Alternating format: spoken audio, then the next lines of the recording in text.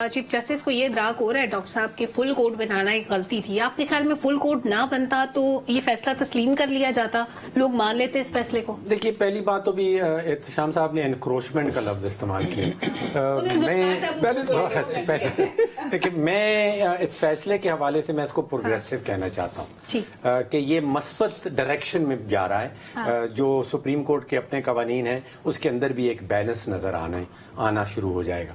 अच्छा, इसका एक माशी एंगल उसका हमने अभी शायद उसके ऊपर डिस्कशन नहीं की। अटॉर्नी जनरल साहब ने एक माशी एलिमेंट उठाया और वो बड़ा पावरफुल था मेरे नजदीक। वो बता रहे हैं सुप्रीम कोर्ट के जजेस को कि भाई आप हर शोबे के माहिरीन नहीं हैं। उन्होंने दो वाकयात हमने लिखे। उन्होंने कहा कि रेकोडेक का मामला आपके चौधरी इफ्तिखार साहब थे उस वक्त, उन्होंने बंद कर दिया और उसके नतीजे में $8 अरब की पेनल्टी फाइन हुआ हमें। यानी कि आप इस चीज में एक्सपर्टीज नहीं रखते, आपने एक्सपर्ट्स को अपनी अदालत में नहीं बुलाया। अमेरिका बरतानिया में हमेशा जजेस हजरात खास तौर पे इकोनॉमिक्स के ऊपर वो इकोनॉमिक एक्सपर्ट को बुला लेते हैं। उन्होंने जुल्म किया था 2006 में स्टील मिल की नजकारी हो रही थी, $335 मिलियन मिल रहे थे, उन्हें नहीं करने दिए। ये दोनों मामला तो उन्होंने उठाए और आज उसके नतीजे में 8 बिलियन मैंने आपको बताया कि वो रेकोडेक का था और 206 अरब रुपए के कर्जाजात आज पब्लिक कर्जाजात आपके और मेरे सर पे हैं स्टील मिल की वजह से कि उस वक्त प्राइवेटाइज नहीं हो सकी। तो एक तो आई थिंक जज हजरात के लिए इसमें एक सबक भी है, एक पैगाम भी है कि एमिकस क्यूरी का जो कॉन्सेप्ट है वो अगर आपको याद हो तो साकिब निसार साहब जब पीआईए का कर रहे थे तो उन्होंने मुझे एज एमिकस क्यूरी रखा था। अच्छा, तो पीआईए की सारी जो फाइनेंशियल ऑडिट वगैरह था वो मैंने सुप्रीम कोर्ट के लिए उस वक्त किया, लेकिन ये अमूमन नहीं किया जाता हमारी अदालतों में। अमेरिका में बहुत बड़ी बिल्कुल।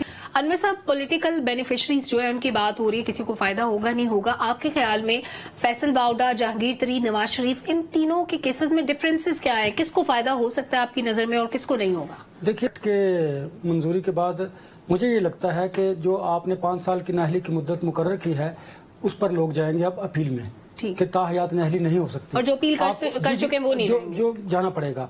और जो अपील कर चुके हैं ये बात अब इस पे देखे एक लीगल ओपिनियन लेने की जरूरत है कि जो अपील कर चुके हैं नजरसानी की अपील जिनकी मुस्तरद होगी अब उनको क्या रेमेडी मिलेगी, ये डिबेटेबल बात है। अच्छा, वो उस पर रिव्यू था, वो रिव्यू था, लेकिन रिव्यू कर चुके और वो रिजेक्ट हो चुका। तो इसका मतलब है फिर शायद उनके लिए कोई ना कोई गुंजाइश मौजूद हो अब इसकी मंजूरी के बाद। नहीं, फिर पार्लियामेंट को इस सारी प्रैक्टिस का फायदा क्या हुआ अगर वो असल इस नुक्ते पे काम ही नहीं कर सके कि ये रिव्यू दोबारा नहीं हो सकता? क्या फायदा? देखिए, इस पे कई जजेस ने ये अपना आर्गुमेंट से कि अपील का हक है, उस पर आपको जिस तरह आपने खुद कहा कि 9/6 से ये भी आया, अपील डेफिनेटली होगी। देखिए, उसकी वजह क्या है, जो नवाज शरीफ साहब हैं वो बिल्कुल सारी चीज़ों पर अपना काम करने के बाद फिर वतन वापसी का उन्होंने फैसला किया और डेफिनेटली ये उन्हीं के लिए सारी ग्राउंड भी तैयार की जा रही है। उनसे मुराद पॉलिटिकल ग्राउंड की बात करूं, ये जो फैसला है इस फैसले के देखिए ना दूरदराज नताइज जो है वो आपको नजर आएंगे। एक तो ये कि बैलेंस ऑफ पावर तो होना चाहिए ना, वो पार्लियामेंट के अंदर भी होना चाहिए और वो अदलिया के अंदर भी होना चाहिए, वो